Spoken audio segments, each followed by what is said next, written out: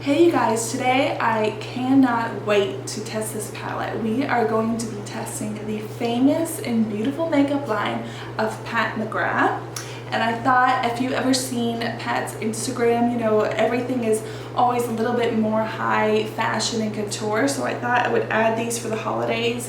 My good friend got me these beautiful headbands from Zara, and I thought they would just be a perfect complement to filming and swatching this video. I've been so excited to try this line. I don't know if you guys remember, there used to be a channel, I don't think it's still around, it was called the Style Network.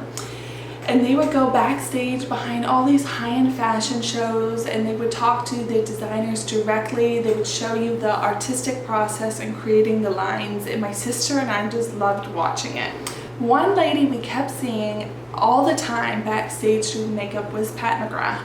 And it was like, oh, this lady's doing their makeup again. She would give you all these tips.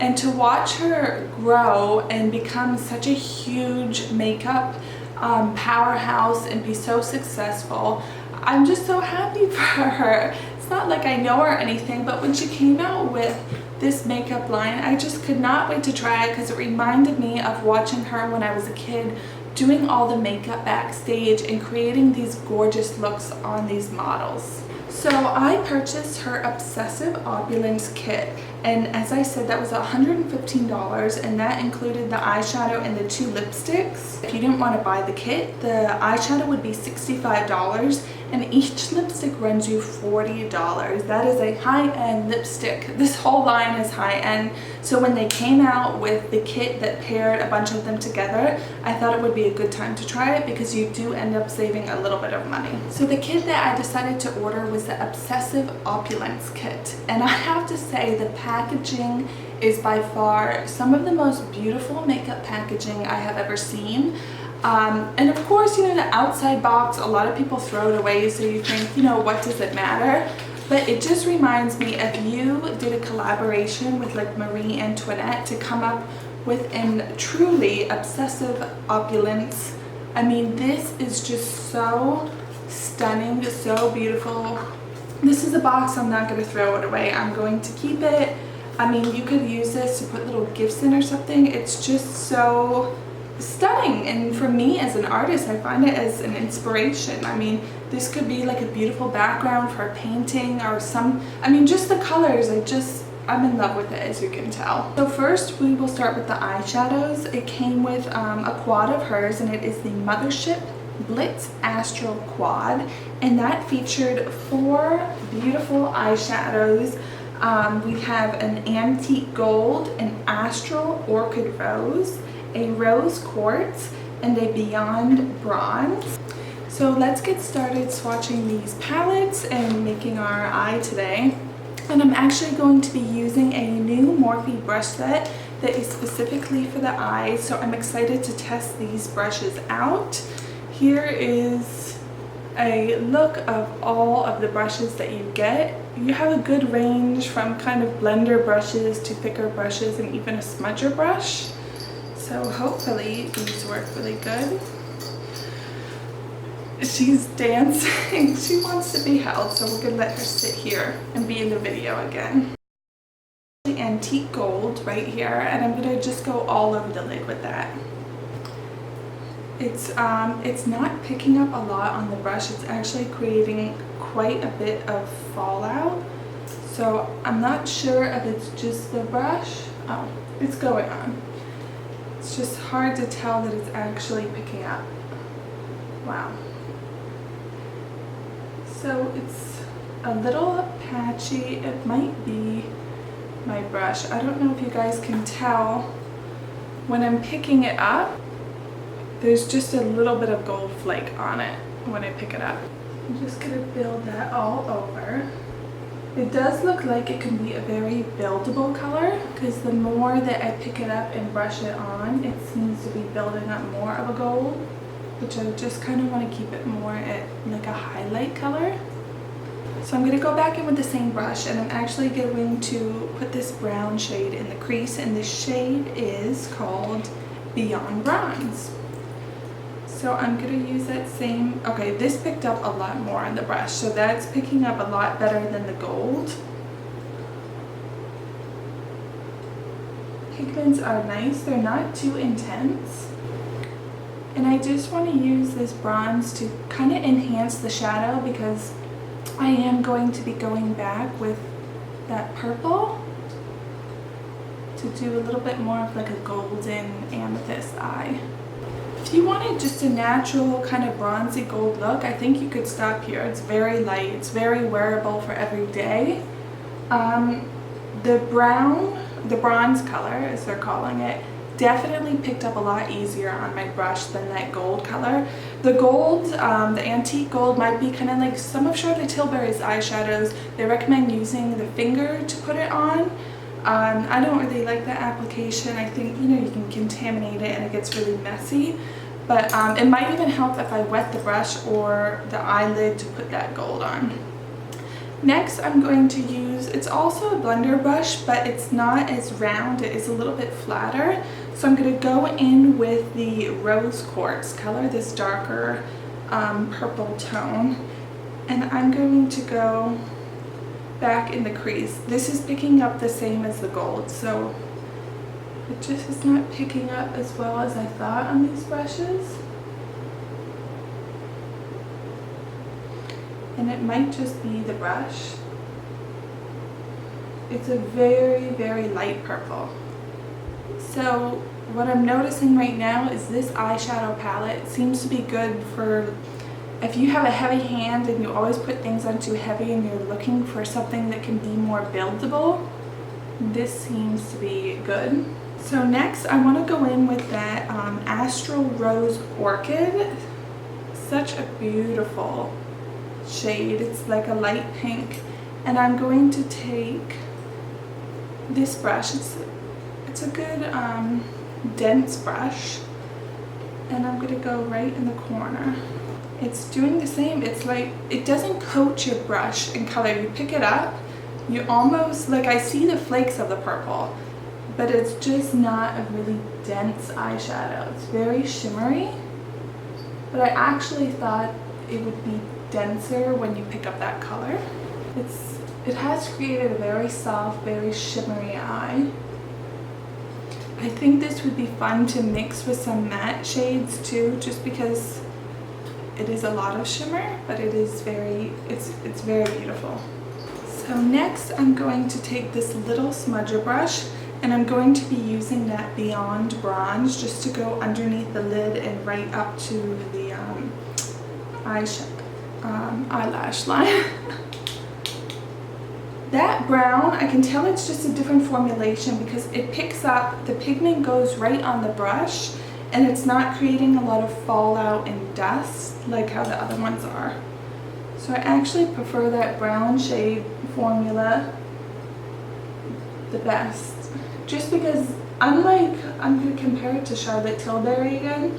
With her eyeshadows, I can run my brush in it, put it on my eyelid, and if that's all I want, it's perfect. The pigment shows up. I don't need to work on building it up. But these ones, I think to really get that color that you're seeing in the palette, you do need to work on building it up. So it might just take a little longer. So if you can see here, you can see the brown, you can see hints of the purple. When I turn, you might be able to see it a little more. But this eyeshadow, it is very light. I think if you want to create a very natural look, this would be a good choice. But if you want something that's really heavy and pigmented, you might need to start with a matte and then just kind of glaze over those gorgeous shimmery colors. But I was expecting a stronger pigment and color saturation from Pat McGrath. So before I move on to lips, one other product that I mentioned I've already tried from Pat was her Fetish Eyes Mascara. This will run you, I believe it was $30. I'll put the price up here. It might have actually been a little bit more. So this is an expensive mascara. It did have a lot of hype around the release, so I was excited to try it. So would I buy it again? No, I wouldn't buy it again. I don't notice with this mascara that it's any different from like a great CoverGirl mascara or another drugstore one. So for the price, I think you can save your money on it. Here is the brush applicator. The applicator is very dense, which is great to create a really thick look. But for the price, I just found that you can find a drugstore one that gives you the same effect. So today I'm going to be trying Femme first. It is the one that is pinker. I mean, when I look at these in the tube, they look intensely matte. I don't know if I've ever come across a lipstick in a tube that looks this matte. Usually you see liquid lipsticks that are matte. So just a FYI, I did wear this 2 days in a row, and it is a matte and it is drying, but it did not dry out my lips, which I was really excited about. The texture of it, it was an interesting texture because it actually it goes on your lips very matte, but it feels kind of powdery. It's slightly creamy. It doesn't feel drying on my lips, but I did feel like there was some type of like a little bit of powder in it. So that was different than any other lipstick I've tried because I've never tried those matte powder lipsticks. I'm gonna put it on now. So right off the bat, just doing one swipe, her lipsticks, compared to the eyeshadows, they are intensely pigmented. You know, the eyeshadow, at least this palette, since it was shimmery, it definitely was a more buildable palette. You didn't see that same pigment color in this eyeshadow that when I first applied it, I had to build it up to that color. But just, I mean, this is like back and forth and the color is there. You don't have to mess around putting a lot of coats on. Once again, I feel kind of like this powder. It's hard to describe. It's creamy, it's not drying, but it does feel powdery. So one thing I noticed after wearing these lipsticks was you did get a little bit of like that pilling that you get with some lipsticks that are thicker. So I did notice that, and speaking to the long lasting, it was not long lasting. I definitely had to reapply a lot of times, which sometimes with matte lipsticks they do last longer, but this one, it did not last. It does transfer. We'll show you guys. Take a coffee break. There's definitely a transfer there. So I did eat and drink in these, and I did have to reapply after. I mean, that was just a fact. Next, I'm going to apply Beautiful Stranger. And this was more of a tan color. It's the same formulation as the Femme. It goes on rich, very pigmented. I do feel the same powdery look. So my first initial thoughts on it were, I'm just slightly disappointed with the eyeshadow because I did think that it would go on more pigmented. And I think for the holidays, it's going to be a great accent to other eyeshadow palettes. I think I would probably mix this with a more pigmented palette, maybe from Charlotte Tilbury or something from Too Faced, and I would use these shimmers to give it a beautiful accent. Alone, if you wanted to do something simple and light for every day, I do think this would be a good palette. But if you want something heavier, maybe like an intense smoky eye or something more for the evening, I do think you would have a little bit of trouble building this up.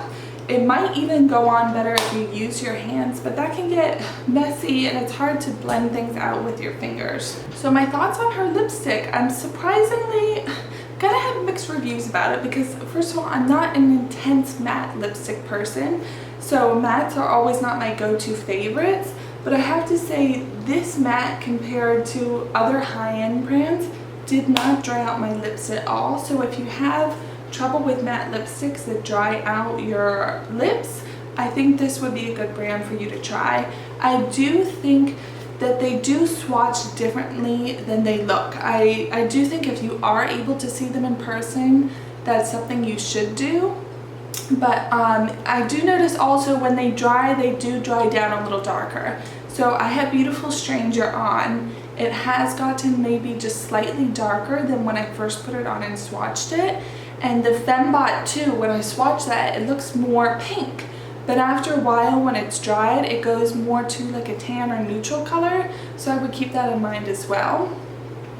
They are not as long lasting. You do have to apply quite a few times after you eat and drink. You just have to reapply. So if that's something that's going to annoy you, these might not be the lipsticks for you. But all in all, they feel creamy. They do feel a little powdery, but it's not drying. So I think if you're looking for a matte, these would be a good option for you.